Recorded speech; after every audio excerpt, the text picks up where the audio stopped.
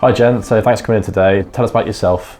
I'm Jen and I'm a counsellor, psychotherapist and hypnotherapist. A couple of things that I've been working on recently has been one thing called support talk, and that really has just been ringing people who have been recently bereaved. A lot of people have probably only had that one conversation that day. So with counselling overall then, and related to bereavement counselling, do you think it can always help, bereavement counselling? That support, do you think it's always a positive? I think some people shy away from it. We tend to try and think that no, we can always cope with everything and we can be okay and we don't need any help sometimes. And that's okay. But as a general rule, I would say that counselling would help anyone. It helps you to offload how you're feeling. It helps you to process your thoughts, some more coping strategies and different ways of looking at things to help you through what is a really difficult time. With children as well, for younger people, how does that work? They came to see you. Is it the same approach again? Do you tailor depending on what the help they need? It's different with everybody. You know, if you're dealing with adults, maybe more elderly people, families, and of course, in particular, children. You've got to have a different approach. It isn't a one approach fits all. And that's what I'd like to think that I can offer and adapt and hopefully give the support and the service for that particular person and the situation that they're in. And that comes back to, again, children and funeral services, why it's so important to involve children in funeral services. Yeah. And I think there is potentially an element where we can try and protect children too much. Obviously, it all comes down to everybody's individual, everyone is unique. Yeah. We're also seeing that you're now offering hypnotherapy. How does that work? Yeah, as well as counselling and psychotherapy, I also do hypnotherapy for lots of different issues and reasons. But if we're talking with regard to bereavement, actually hypnotherapy surprisingly can be really quite helpful. One in enabling a person perhaps to learn how to relax and learn how to switch off. It's enabling us as a therapist almost to work more with the subconscious mind and bypass sometimes the overthinking brain. So hypnotherapy, is that person always in control?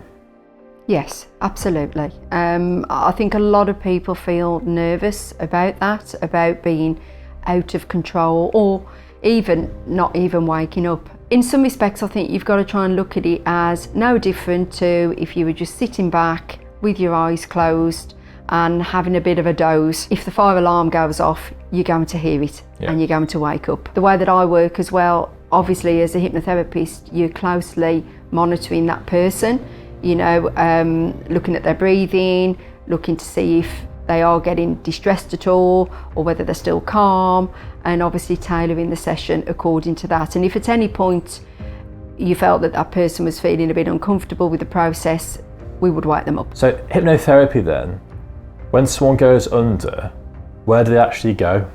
We've got what we call the subconscious mind, which is the part of us that is controlling everything really that we are doing that we're really unaware of. And then obviously we've got our conscious thinking mind.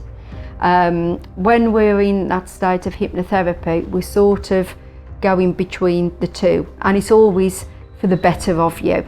Your subconscious mind really does know what is better for you. It's your conscious mind that sometimes jeopardises that and sabotages it and puts other systems in place.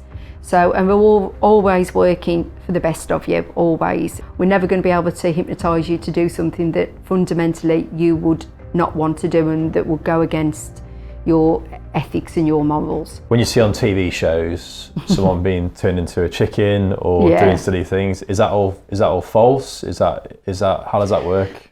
I'd say probably a lot of it is probably staged. Yeah. And again, there is a bit of a difference between hypnosis and hypnotherapy. The hypnotherapy is therapy being done whilst you're in a relaxed state.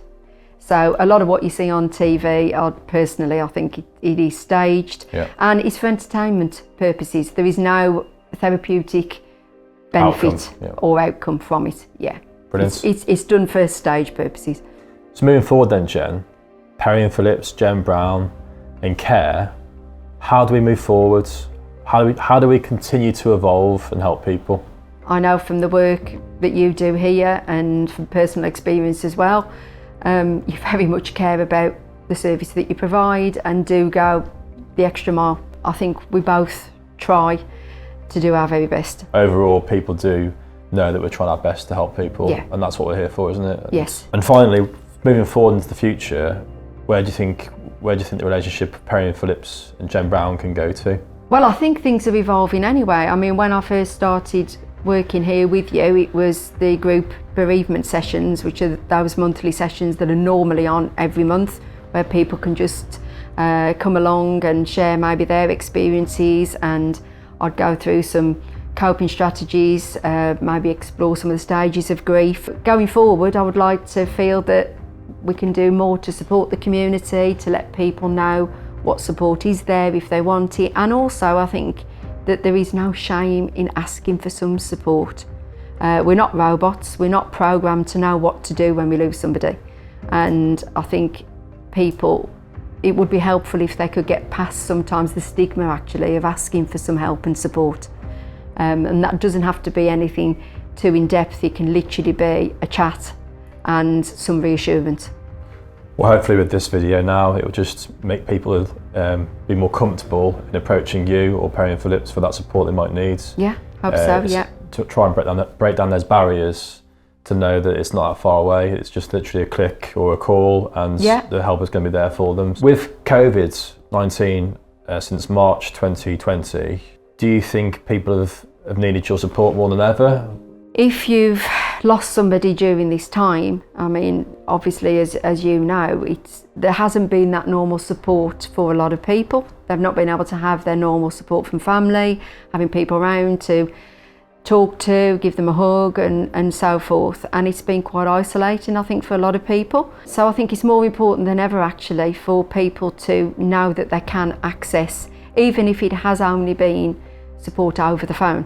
I mean, obviously we've all been restricted in the ways that we can work. I've had to predominantly work online the last few months, but actually it's been a lot more effective than I actually thought it would be. So it's been interesting, and I think we've got to adapt and change and take the support that is there and we can have. That's brilliant, Jen. Well, thanks for today, having a chat with me. It's been brilliant. Okay. And so hopefully it will give more information to those watching about the services you offer, and how you're there to try and help people and genuinely care for people. So thank you again. Thanks for the opportunity.